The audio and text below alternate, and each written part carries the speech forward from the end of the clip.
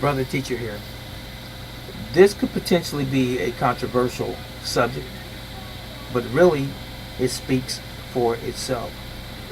It's one thing about controversy, it's just a normal thing that we deal with as human beings. There's rights and there's wrongs, there's up and down, there's in and outs. Life is just simply what it is, and sometimes we stress about things that we shouldn't be stressing about, when in fact we should just learn how to get along with one another and even accept one another's differences.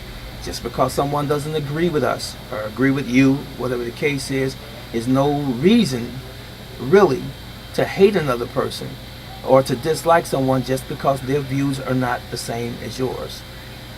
Okay, and with that said, this particular subject is concerning martial arts and self-defense versus traditional martial arts.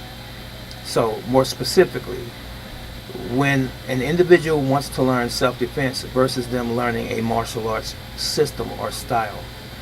So, if you want to learn self-defense, do you have to take karate or kung fu or judo or jiu-jitsu or anything of that nature? Not necessarily. What needs to happen is whatever you take, whatever your undertaking is as it relates to a self-defense class, it has to have some core principles. Number one, whoever the instructor is, they must have a fundamental working knowledge of humanity, human beings in other words, and how human beings are on this planet, and even understand science and physics as far as self-defense is concerned. And above all, as it relates to another human being, you must also understand human anatomy. The most important thing in self-defense is keeping, first of all, presence of mind. Not allowing that other individual, that potential assailant, to harm you, and not placing yourself psychologically in a place of disadvantage, meaning that you don't want to be paranoid, you don't want to panic, and you don't want to be removed mentally and emotionally totally from the situation, because if any of the above things that I just mentioned are not present, then you've lost the fight for survival altogether. So, first of all, before you undertake any martial arts class or any self-defense class, understand this. The instructor must be willing to teach you something that you can use today, not something that takes you half your life to learn. It's one thing altogether to learn, another system or a style of martial arts where you're learning about terminology, the culture, the tradition of the art, who the founding fathers were, so to speak, or the master or the person who originated that particular art, and then all of the etiquette and the dojo or the dojang etiquette and things of this nature, and then training and conditioning, stretching and techniques and things of this nature, which take an inordinate amount of time throughout your life if you're learning indeed the system or the style. But when you want self-defense, like for right now, when I walk outside that training hall, every instructor that calls themselves an instructor should be able to give you something that you can work with tomorrow. And as I said earlier, one of the first things that they need to be focused on is, number one, teaching you presence of mind, teaching you how to control your breathing, how not to panic, how to be courageous in a situation by putting you in those scenarios and making you feel as though that you are actually in a fight. Every instructor owes it to their students or potential students to train them in this method. You can't baby and pacify students when you're teaching them about real life. Real life is that it can be cruel, it can be very vicious, and it can ultimately cause you your life. You cannot play martial arts, you cannot play karate, you cannot even play self-defense.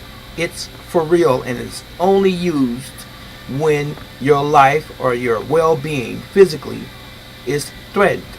That's it, and that's all. So if My friends, ladies and gentlemen, if you're not studying a martial arts class, or if you're not in a self-defense class right now, but you're contemplating going to one or taking it up, make sure that these key elements are going to be part of the curriculum. Make sure that you sit down and have a conversation with the potential instructor. Make sure you do this. You owe it to yourself. You owe it to your family. So if it were myself, for example, let's say I'm a novice. Let's say I've been robbed. Let's say I've been attacked by someone, mugged or what have you, and I have no martial arts experience. And I walk to someone's school, dojo, dojang, kun, or what have you, and I knock on the door and I come in and I say, I need to learn self-defense. I don't want to know who the founding father of your martial arts style is. I don't want to learn 50 terminologies. I don't want to learn 20 katas if I'm learning self-defense for today. Now, if there's a martial arts instructor, irrespective of what the style or system is, that's trying to feed this to you only and you want to learn self-defense, then they're not a great teacher at all. Great teachers will take you as you are and understand your circumstance and govern themselves accordingly. Do you follow what I'm saying? I know it makes sense to you. So, let's say if you're in the military, you sign up for the military and you're going to go to combat. They don't teach you how to fight for a whole year. They teach you how to fight in 30 to 60 days so that you're prepared to go to combat. They get right to the point.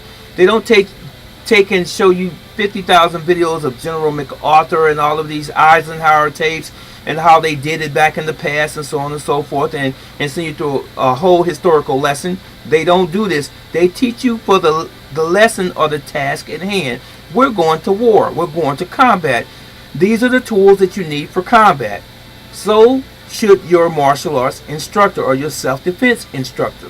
So again, not to beat a dead horse, if you want self-defense and self-defense only, you don't have to learn a martial arts style and system that encompasses the history and all of the traditions and the extra baggage that goes along with it.